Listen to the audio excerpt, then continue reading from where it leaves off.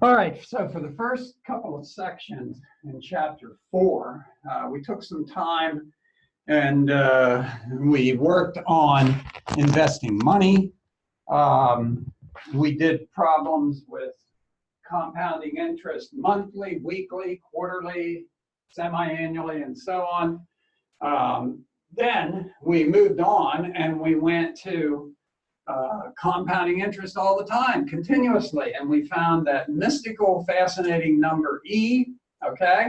And we got the formula P naught e to the KT, which allows us to calculate how much money would there be if you compound all the time, or how much of a radioactive substance is left when it starts dissipating in the air after a certain amount of time. So there's all kinds of interesting things here in chapter 4. But unfortunately, it's time to leave that subject behind for a bit, and we've got to delve into logarithms. And I warned you about logarithms. It's not that they're that difficult, and once again, it's just that many of you, to put it mildly, have a crummy background in logarithms, okay? So we want to talk about logarithms, and I want to introduce logarithms to you today. So let's talk about it.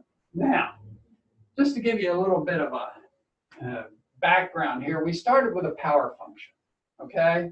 Let f of x equal 3 to the x. That's actually the function we did 2 periods ago when we were working on power functions and starting out in chapter 4. It's the very function we did. The domain is exponents you put in. The range would be the powers of 3 you get out for the y values. In other words, if you put in a 2, you get 9, 3 squared. Put in a -3, you get 3 to the -3. Well, 3 cubed is 27, but a negative exponent, you flip it, so you get 1 over 27, okay? So if you think about this function, once again, we're putting in exponents, and we're getting out powers of 3. All right, now let's talk about the inverse of this function. The inverse of this function is when you put in powers of 3, and you get out exponents. Okay, we want to do the exact opposite. Remember, the domain becomes the range and so on when you have an inverse function. All right, so in the inverse function, we want to put in powers of 3, and we want to get out exponents. Like if we put in 1/9 into this function we're talking about, the inverse, we should get out -2. If you put in 27, it's a power of 3. If you put in 27, you should get out 3 because 3 cubed is 27, okay? So here's the way I'd write it. To write this inverse, it's f inverse of x, just like we wrote inverses in our last chapter together in chapter 2, I guess, pardon me, it's in chapter 2. So that's the way you write it. And here is the way you write it. It is simply called a logarithm of x to the base 3. A logarithm of x to the base 3. Log of x to the base 3. How does it work? We are going to put in powers of 3, and we want to get out exponents. So, for instance, the log of 9 to the base 3. We want to get out the exponent that you raise 3 to. So 3 squared is 9. So the answer to this problem is 2. Okay? You do not have a button on your calculator to do this. All right? I love it. I love it. You can't cheat on me. You've got to figure these out. What do you raise 3 to get a third? Well, it looks to me like the 3 flipped, so that's a negative power. 3 to the -1 is 1/3. What do you raise 3 to get 1? Well, anything to the 0 power is 1, so 3 to the 0 is 1. So the log of 1 to the base 3 is 0. This one says, what do you raise 3 to get 27? 3 cubed is 27. It's always this to this power gives me that. It's kind of mixed up here. This to this gives me that. What do you raise 3 to get a root? That's a fractional power. 3 to the 1/2 gives me square root of 3. What do you raise 3 to get a negative? You can't do that. You can't raise 3 to a power and get a negative. Remember, power function is always like this, and it's above the x-axis. It's always positive. You can't raise 3 to a power and get a negative, so there's no answer. What's the log of 81 to the base 3? It's 4, because 3 to the 4th is 81. All right? Oh, you're going to love these. Okay, here's lots of problems. And it would be a great idea for you to take some time before we're together again and just call up this PowerPoint and look at these problems and think about them, okay? In addition to doing your homework. What do I raise 5 to get 25? I square it, right? So it's got to be a 2. 5 squared is 25. What do I raise 25 to get 5? Whoa. I want to take the square root of 25 to get 5. And isn't that a fractional power? Isn't that 1/2? So 25 to the 1/2 is 5. Here, I'm taking the logarithm of what number? Well, 10 cubed is 1,000. So the log of 1,000 to the base 10 is an exponent of 3. Logs are just exponents. 2 to what power gives me 32? 2 to the, isn't that the 5th power? Okay. What do I cube to get 8? What to the 3rd power is 8? Isn't that a 2? Okay. 2 to the negative 3rd. That's when you flip it, negative exponents. 2 cubed is 8. Flip it. This would be 1/8. What do I raise 10 to get 1,000? Well, 10 squared is 100, so 10 to the 3rd power, so that is a 3. Here, 2 to this power, 2 to the 4th. 2 times 2 is 4, times 2 is 8, times 2 is 16. That should be 16. Log of 16 to the base 2 is 4. 7 to what power is 49? Isn't that squared? 7 squared is 49. Here, it looks like a square root again. The square root of 36 is 6, so that question mark has to be 1/2, fractional power. What do I square to get 25? What do I square? Isn't it 5? What do I cube to get 27? Isn't it 3? Okay, all right. Couple of rules for logarithms. Log of 1 is always 0. I don't care what your base is to the 0 power, you're going to get 1. Well, except if it's 0. 0 to the 0 is undefined, but we're not talking about zeros here. Whatever your base is to the 0 power will always be 1. So log of 1 is always 0. And if your number here is the same as your base, right, then the answer has to be 1 because your base raised to the 1st will give you the same number. All right, now I want you to be able to move log graphs around just like you move power functions around. So here's a great picture. The blue graph is a power function of y equals 2 to the x. The red graph is your log, okay? Log of x to the base 2, okay? And the red graph, you see how the blue graph is asymptotic to the x?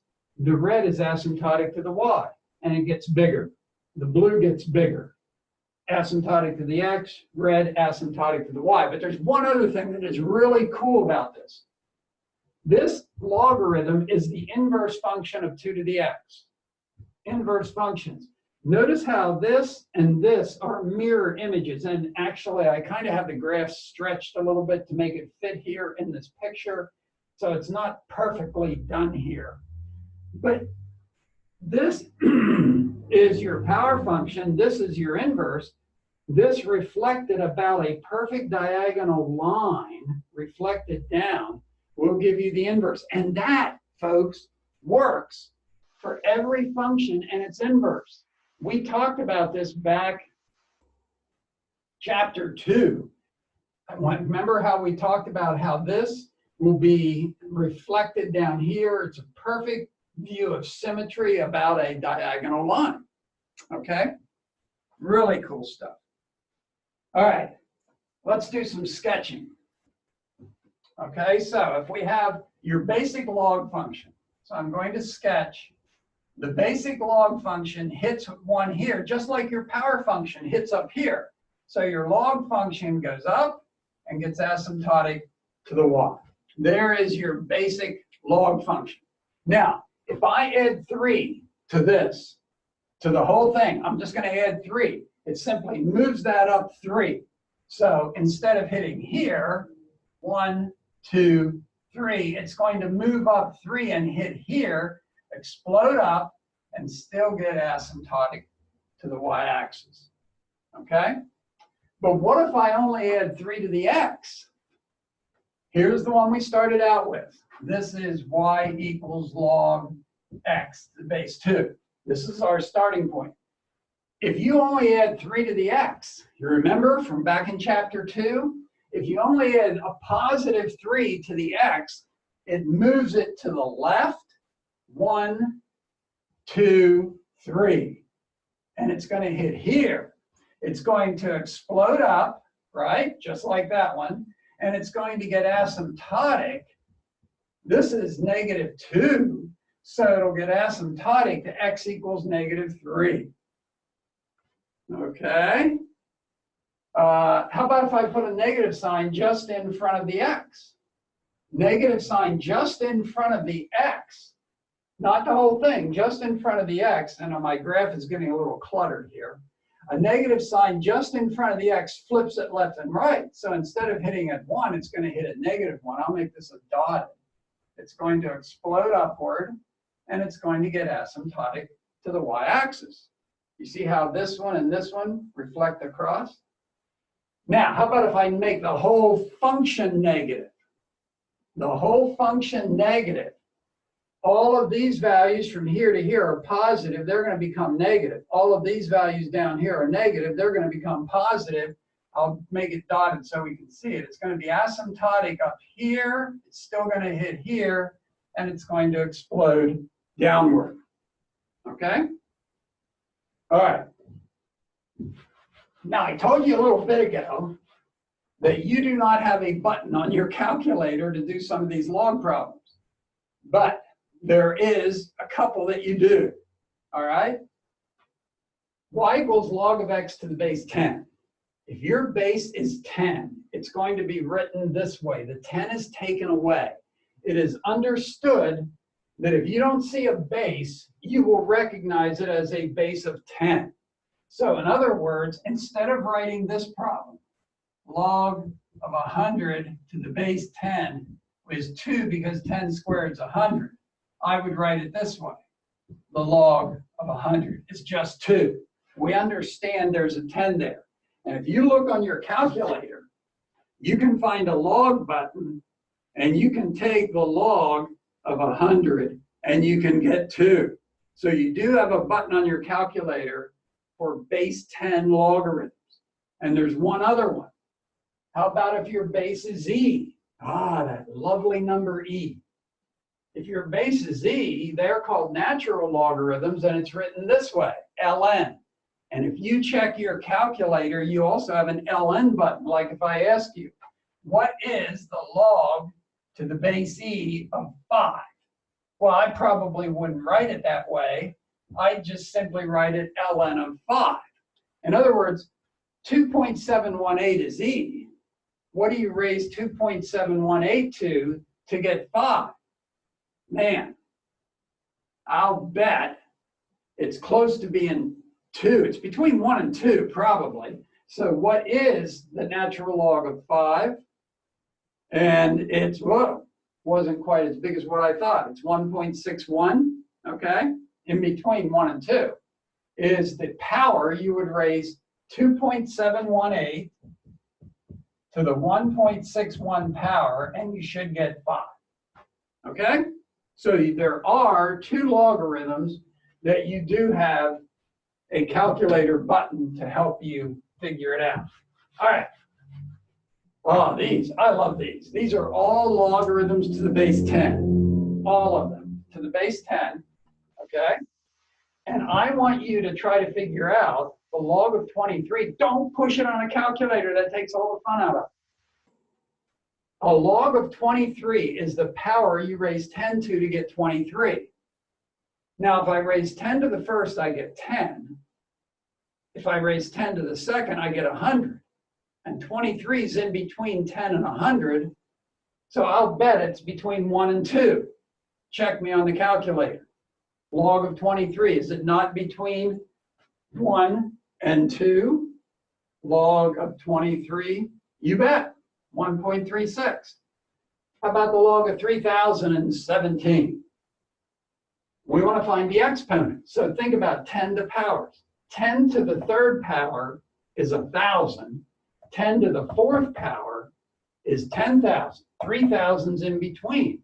So it should be between 3 and 4. Here is a tricky one. The log of 3/10. Okay? 3/10, 3/10, 3/10. Now, the log of, if you say the log of 1, what do you raise 10 to get 1? You raise it to the 0 power. 0.3 is smaller than 1, okay? So how about the log of, if I do 1/10, the log of 1/10 is -1, okay? So, and it could be, what about 0, okay? If you raise 10 to the 0 power, you get 1. So 10 to the 0 power is 1. 10 to the -1 is 1/10. 3/10 is bigger than 1/10, and 3/10 is less than 1. Are you following me? I'm a little discombobulated here. Okay. Do it again. If you have 1 here, that's 10 to the 0 power is 1. Okay. So 0 is the 1 exponent to give you 1. -1 is the exponent to give you 1/10. And since 3/10 is between 1/10 and 1, then you know it's got to be between -1 and 0. Try it. Ooh, that was a lot of heavy thinking. Log of 0.3 is -0.5. It's between -1 and 0, which is what I said. Not very well, but I said it. Okay. The log of 57. 57 is between 10 and 100, right? Between 10 and 100. And the logarithm of 10, the exponent you raise 10 to is 1 here, and 100 is 2. So log of 57 should be between 1 and 2.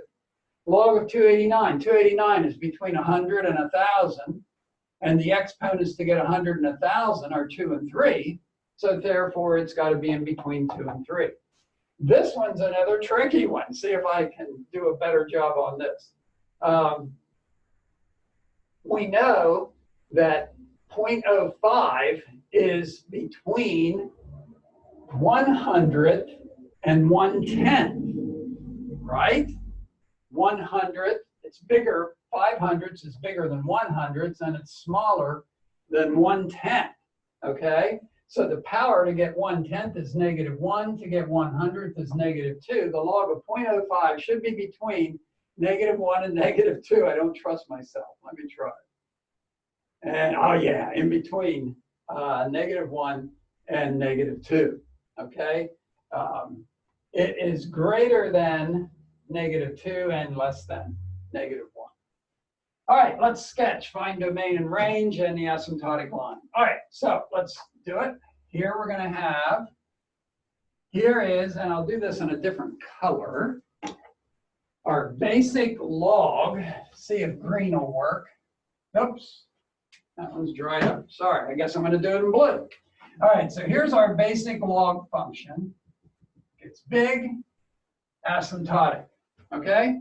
If I simply do a negative of the whole thing, all these positive values become negative, these negative values become positive, it flips, it does this, like that, okay? Domain of this, those are the x values being used, it would be all reals bigger than 0. The range looks sideways. What y values have a place to go? They all do. The range would be all real numbers, all right? The asymptotic line is the y-axis, or x equal to 0. How about if I add a 2 just to the x? A 2 just to the x. If you remember adding a 2 just to the x, that's going to move it 2 to the left, okay? Moving it 2 to the left, it's going to hit here. It's going to explode downward like that. It's going to then get asymptotic to the next line over, right? Okay, so the domain, what x values have a place to go here? It would be all real numbers bigger than -2, okay? All real numbers because it's just from here over. The range looks sideways. What y values have a place to go? They all do, all real numbers, okay? The asymptotic line would be x equals -2. How about the last one?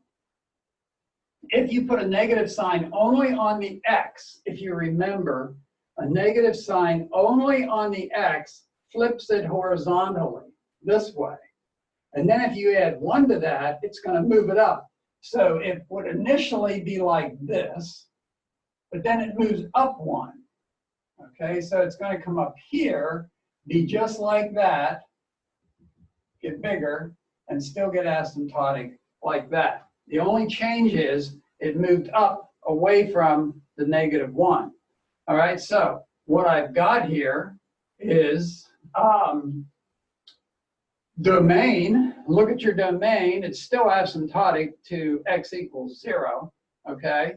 So I know that it's all real numbers less than 0 for the domain. Look at your y values, which have a place to go. All of them do. It's all reals, and the asymptotic line is still x equals 0. Okay, your homework, I've got a function for you. I want you to find the inverse. That's kind of a practice problem from chapter 2. Remember, finals coming eventually. And then some problems on logarithms on page 322.